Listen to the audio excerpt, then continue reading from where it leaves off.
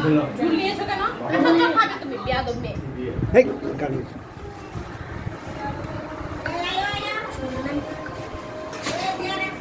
কোটা দুটো দেখি দাদা তাতা দিলাম টা টা টা টা তাতা দাও দাও না তাতা আসে আসে তোমার ভিডিও দিচ্ছে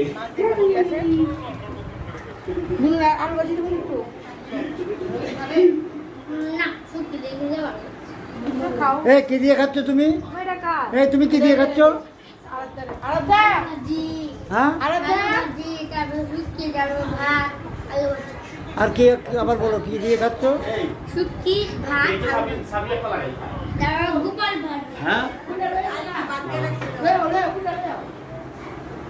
এই সুন্দরী সুন্দরী